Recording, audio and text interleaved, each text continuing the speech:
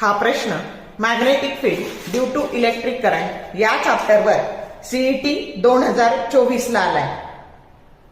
Under the influence of a uniform magnetic field a charged particle is moving in a circle of radius capital R with constant speed v.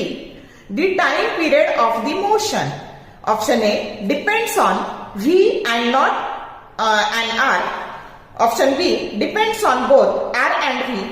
Option C is independent of both R and v.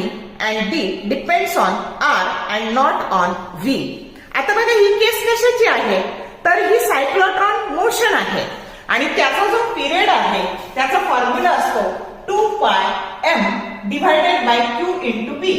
मग आता याच्यात काय नाही आलेलं, radius नाही आलेली, velocity नाही आलेली, आणि म्हणून that a time period is independent on both radius and velocity. जो करेक्ट ऑप्शन सी आहे. समजलं का?